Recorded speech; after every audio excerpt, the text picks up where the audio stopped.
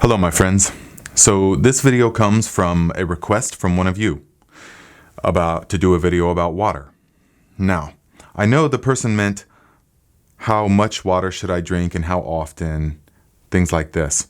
But I have to go deeper than that.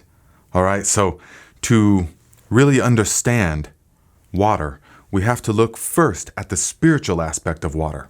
We have to see that the ancients knew very well that water has the ability to absorb intentions and carry them. Yes? Holy water.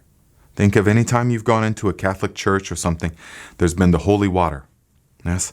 All religions that I have found, mostly all of them, have this type of thing with water. It is respected and sacred and revered for its ability to absorb power and then transmit it to the person. Okay? Now, the ancients understood this very well. So that's ancient wisdom. That's ancient type of science. But of course, for the modern world, we need modern science. We need pictures and diagrams and tests and in a laboratory and stuff like that, which is great. So we can't have a conversation about the spiritual aspect of water without mentioning Dr. Emoto. Yes? Perhaps you're familiar. I will just briefly go over it because it is so profound. This will open the way to your understanding of water and so much more.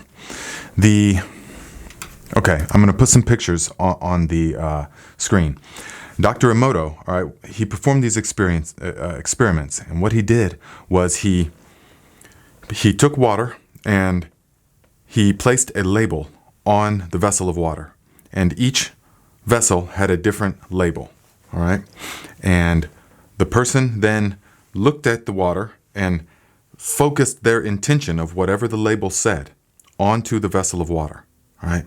For example, one of them said love, one of them said joy, one of them said hatred, one of them said anger, something like this.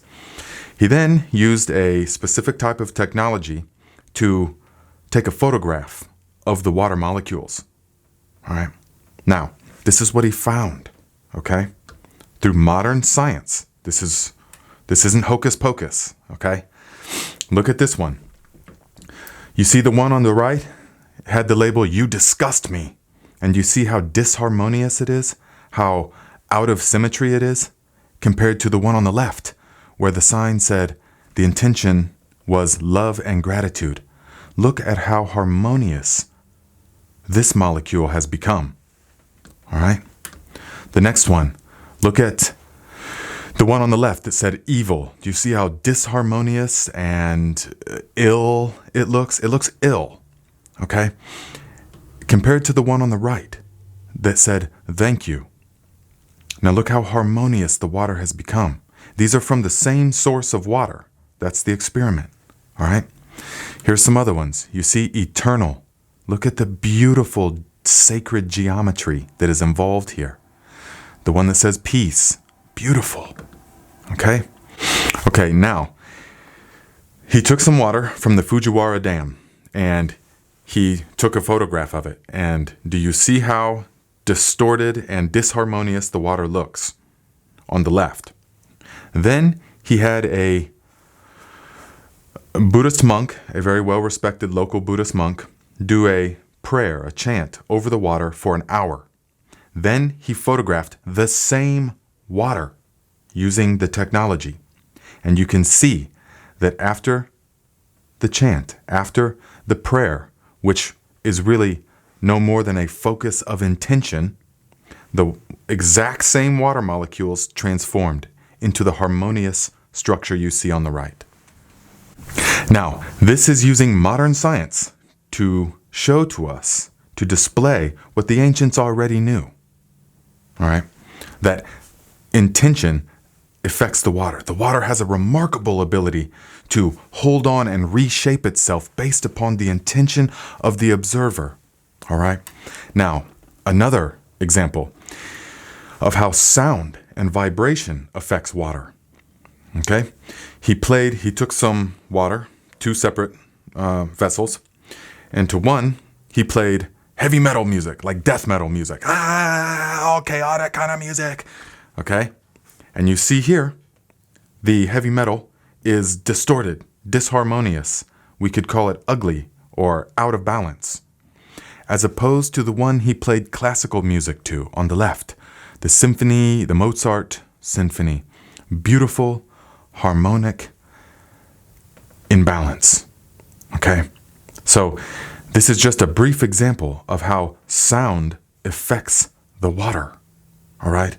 And now, when we take into consideration that our body is 70% water, just as the earth is 70% water, by the way, but our body is 70% water, how, if our thoughts can do that to a water molecule, imagine what our thoughts can do to us, to the structure of us. So we go around all day with negative, focusing on the negative. Shit never goes right in my life, and this and that is to blame. And people train themselves to see the negative, and they become really good at it. And all of these negative thoughts and all of this worry and anxiety about this or that, the state of the world and all of these things, if you persist in them, imagine what it is doing to the structure of the molecules of your body. Yes? Ancient wisdom knew this very well. Modern science is now showing this as well. Okay? As opposed to the person that trains themselves into the positive thoughts, into the harmonious thoughts of goodwill and compassion and plenty and abundance. Yes? They will restructure the molecules of their body and mind in this manner. But this video is about water, okay? So if our thoughts do that to the molecules of water and we then consume the water, we cannot help but to be influenced by these molecules, okay? So you absorb the frequency of whatever you consume. So in this way, how are we going to apply what we just learned to our life? For number one, we are going to always bless the water we consume. I know this may sound absurd to some of you, but I know a number of you, this doesn't sound absurd at all because you understand this, that life is vibrations. Our whole reality is vibrations. We are immersed in a sea of energetic potentialities, and focusing our intention on something receptive like water has immediate and profound effects. Okay? So you can bless the water by writing something.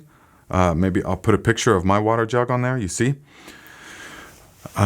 You can bless the water, put the intention into it, or you can even hold the water. This is just water in a copper vessel, and you can put a chant to it. You can just give it the positive intention before you consume it.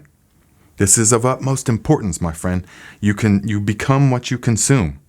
This changed my life dramatically when I understood this. Spending a couple of years in India taught me this because they are very ancient wisdom, full of ancient wisdom.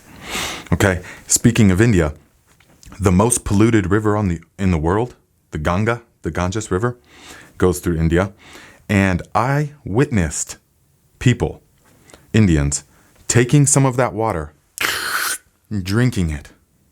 All right, because they were absolutely positive that water is holy and blessed and cannot harm them. They firmly believe that. And even though industry is dumping into the river, they dump dead bodies in the river, it's just unbelievably polluted when you see it. And the smell from it never hurt any of them. That's the power of it. Okay, so number one is to always bless your water. Number two is to purify your water. All right, the best type of water is natural spring water, not from a bottle. I mean, coming out of the ground. When I lived in the mountains in California, everywhere there was these artesian springs. They came from the ground and fresh spring water that's running. It's different than well water, okay? This is the best, spring water, moving spring water. Or if you happen to live close enough to a very crystal clean creek or river, that's what I'm talking about. The next best would be RO, reverse osmosis. All right, it's pressed through a membrane. All the toxins are removed from it. It's 0 parts per million, reverse osmosis is. So that would be the best one. And then you can then bless it and it will receive the full power. The next would be like distilled water, which is okay. It's boiled, it's heated. So distilled water is okay. Well water, you have to be very careful of because like where in the farm fields and stuff, the water table's high, the toxins leach down into the well water. I don't care what anyone says. They say, oh, it's filtered through stones and rocks. No. It's not. It's getting after 50 or 70 years of dumping petroleum-based chemicals on the farmlands and stuff. I guarantee you it seeps into the water because you only have to drill. I mean, the water table is super low. So there's absolutely no way those chemicals are not getting into the water. In my opinion, well water, depending on where you are, is the most toxic of all water, even more than tap water. So, and bottled water, don't be fooled by bottled water either, my friends. A lot of times it's just kind of put through a little filter, or sometimes it's just straight up tap water. And they add sodium chloride and calcium chloride. Why do you have to add that? They say for taste. We add it with minerals added for taste. No. It's masking things and it's just putting more toxic chemicals into our body. You don't need any of that. All right. So spring water or get yourself a reverse osmosis machine. It's well worth the investment. A couple $100 and you've got years of pure water. Now getting to the point of what I know the person was asking. How much and how often should I drink the water? Okay. To understand this, we have to first make the distinction between structured water and all other kind of water. Structured water is water that comes to us in the form of a plant, basically. Yes, structured water is water that is already in an organism, like celery and cucumbers, and any fruit or vegetable. The water has come into them and it has been structured through the growing process by the cosmic intelligence of nature. All right. Now, this is the best kind of water because our body knows how to absorb this kind. It's very easily assimilated into the body. All right. And it's different than rehydrating foods. Okay. That's not the same. That's not what we're talking about. Our ancestors, which throughout most of, our ancestors, okay, did not need to be guzzling 8 and 10 glasses of water every day like they recommend that Americans do. All right. They didn't have to because they got their water in their food. And I still seen this when I was out traveling in the world in cultures that live closer to the land in a more natural diet.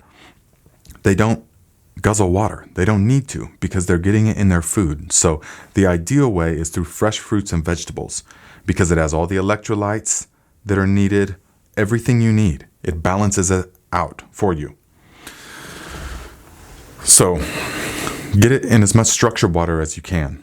But still, most people are chronically dehydrated. Now, this is actually a massive problem that goes unnoticed because it's just mild chronic dehydration and not abrupt, the kind that puts you in the hospital. But most people are chronically dehydrated. And so what happens is that the blood becomes thicker. And so the heart, every beat, the heart has to pump harder and harder and harder to pump this thick ass blood through the blood vessels. Yes?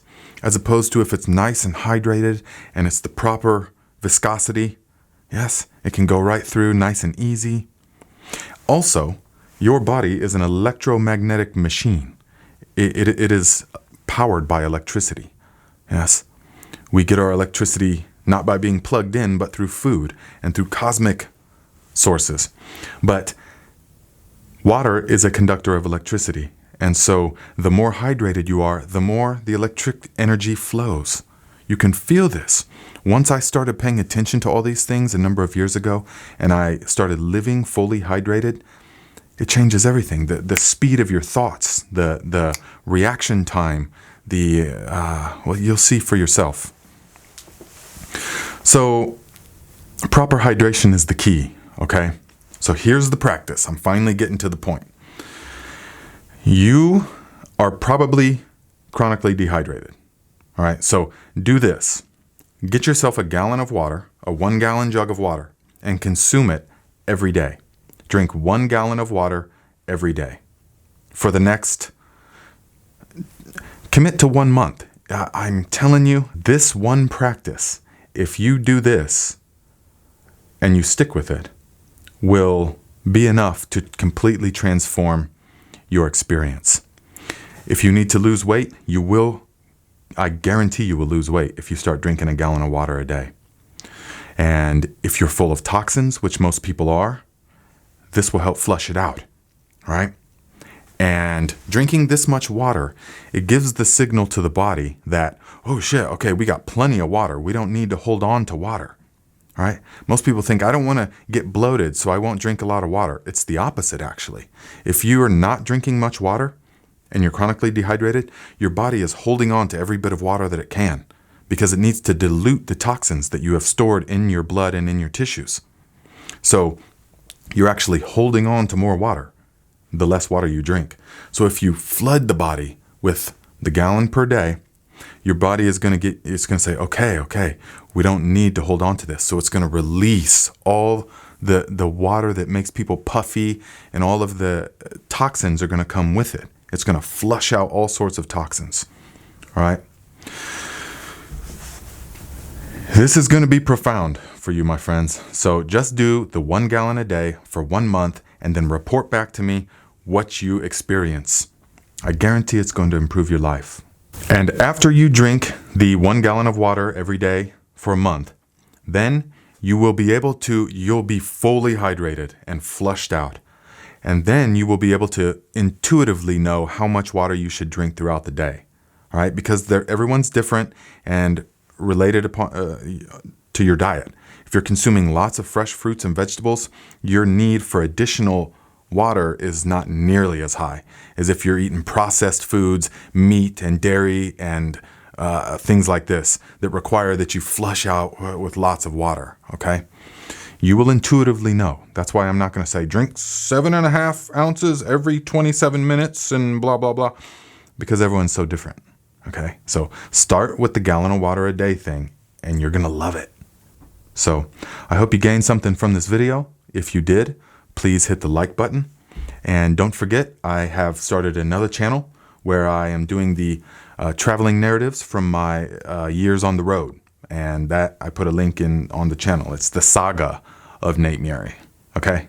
So, all right, my friends, if you have any video ideas, I will try to do the same kind of thing to your idea. So, thank you.